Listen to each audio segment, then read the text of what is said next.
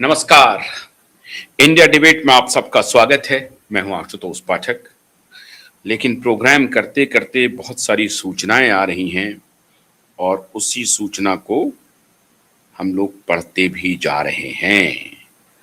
तो अभी जो मैं आपके साथ हमारे साथ एडवोकेट नीलेश ओझा जी दोबारा जुड़ रहे हैं, वो इसलिए जुड़ रहे हैं कि श्रीमान अमित शाह जी ने पक्का इलाज कर दिया ठाकरे गैंग का। और इसीलिए मैंने कहा कि थोड़ा थोड़ा क्या होती है, कई बार आपको धैर्य रखना पड़ता है। प्रकृति इलाज करती है, थोड़ा समय देना पड़ता है। और समय देखिए, जब आपने दिया तो अब वो इलाज पक्का शुरू हो गया। हमारे साथ जुड़ रहे हैं नीलेश ओझा जी। हाँ हाँ अब हाँ अब जुड़ रहे हैं हमारे साथ नीलेश ओझा जी। नीलेश जी, बहुत बहुत स्वागत है एक बार दोबारा। आज आपको कष्ट दे रहा हूं। ये अभी एक खबर आ रही है कि श्रीमान अमित जी शाह ने संपूर्ण इलाज कर दिया ठाकरे जी के गैंग का। वो पूरा मामला क्या है, जरा आपके मुखारबिंद से जनता सुने तो ज्यादा अच्छा रहेगा। अभी आशुतोष जी, आपको याद होगा, देखिए,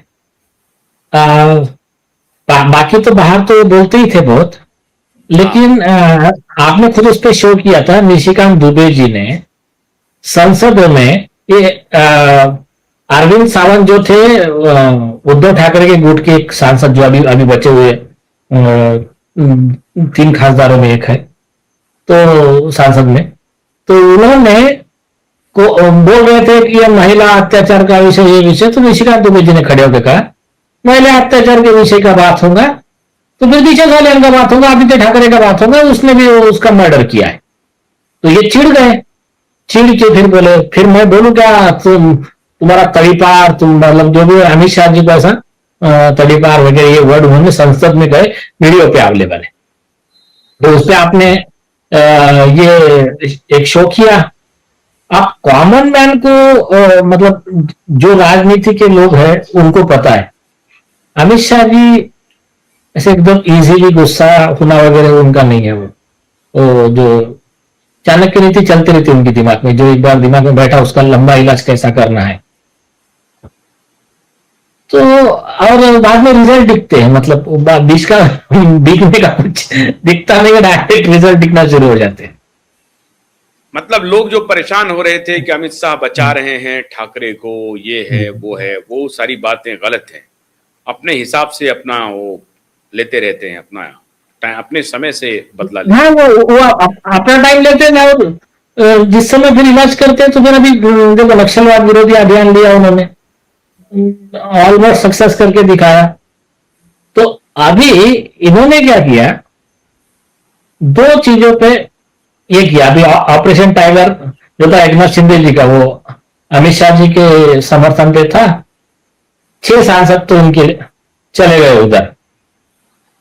अब दूसरा क्या हुआ, अमित शाह जी ने घोषणा की है ड्रग्स के इसमें अभी एकदम जोर शोर से, मजबूती के साथ, सिस्टमैटिक तरीके से अटैक होगा ड्रग्स माफिया पे। पूरे अब पूरे देश ड्रग्स में, हर हर पूरे हर देश, स्टे- हर स्टेट में। और इसका सबसे बड़ा कार्टेल था मुंबई। मतलब इनको सूचना मिल गई थी। और नारकोटिक्स ब्यूरो का डिजिटल प्रूफ और बाकी तो सब प्रूफ छोड़ो, phone call recording Dino Morea और आदित्य ठाकरे का, कि आदित्य ठाकरे ड्रग्स का पेडलर है, ड्रग्स का दलाल है, जो भी है डीलर है, एजेंट है, डीलर है। हाँ, हाँ, डीलर। हाँ, मतलब हो ये गया। आप कह रहे हैं नीलेश जी कि इन्होंने, जैसे कि उनको जेल हो जाएगी किसी एक कारण से, तो वो खास सजा नहीं है। सजा इसको ऐसी मिलनी चाहिए कि इनका दाना पानी, हुक्का पानी सब कुछ बंद हो जाए और पूरी और तरह से मिट्टी में मिल जाए। नहीं, वो और बात सिर्फ ये इनका नहीं, है। मतलब देश का भला भी हो उसमें ये निपट जाए। हम्म। लेकिन ये एक पार्ट होगा। दूसरा पार्ट, अभी दूसरा पार्ट, हम्म। अभी क्या हुआ, 6 सांसद गए, हम्म 6 सांसद जाने के बाद में 2/3 जो लगते हैं 9 में से 6, वो जाके मर्ज हो गए एकनाथ शिंदे की पार्टी में। हम्म वो उसको समय बीत गया। समय बीतने के बाद में अभी परसों के दिन 14 तारीख को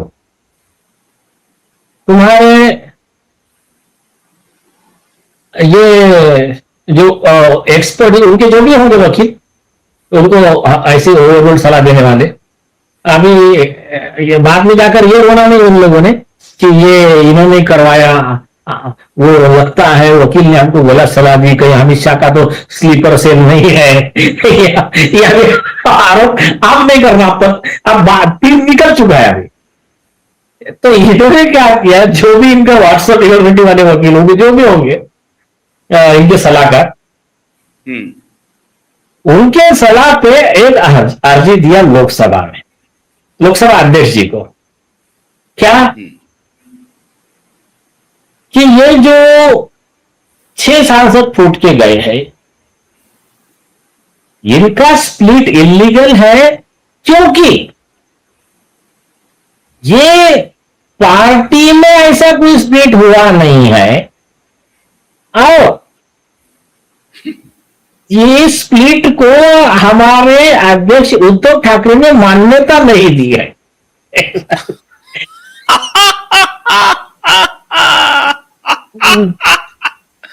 अच्छा, ये तो आगे को मान्यता भी देगा इनका अध्यक्ष? हाथ में तो नहीं, इनका अध्यक्ष माना जाएगा तभी वो सही माना जाएगा।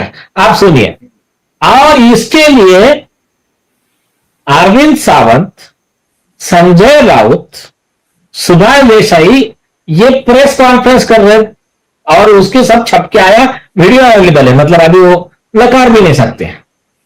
और राइटिंग में लेटर दे दिया है, हो गया। अभी मैं आपको शॉर्ट में बताता हूं जो और लॉ बता रहे लोगों को, बोलते शेड्यूल 10 जो है, शेड्यूल 10 के हिसाब से पार्टी में स्प्लिट होना चाहिए। यही झूठा लॉ बता रहे, लोकसभा अध्यक्ष को भी झूठा लॉ बता रहे और लोगों को भी झूठा लॉ बता रहे। शेड्यूल 10 बहुत क्लियर है कि अगर 2/3 सांसद बोलो या विधायक बोलो, 2/3 अगर स्प्लिट करते हैं तो वो पार्टी का स्प्लिट माना जाएगा, अलग से पार्टी का स्प्लिट की जरूरत नहीं है। और उसको प्रोटेक्शन अवेलेबल है, वो कॉन्स्टिट्यूशनली संविधान द्वारा संरक्षित है, उनके ऊपर कोई कार्रवाई नहीं हो सकती, एंटी डिफेक्शन लॉ उनको लागू नहीं होगा। आप ये बात मैंने आपको एक केसला भेजा है, उनको भी भेजा है कि दिखाइए, मतलब दिखाइए। और ऊपर का टाइटल थोड़ा सा बड़ा कीजिए, ऊपर के शुरू के 4-5 लाइन जो है जहां से केसला शुरू हो रहा है ना, तो वो पार्टी का नाम और साइटेशन। तो ये जो है ना, इमेज को थोड़ा बड़ा कीजिए, नहीं पहला पेज फर्स्ट पेज। हाँ, ये है Girish Chondankar versus speaker Goa legislative assembly, Bombay high court 2022, SCC online Bombay 377।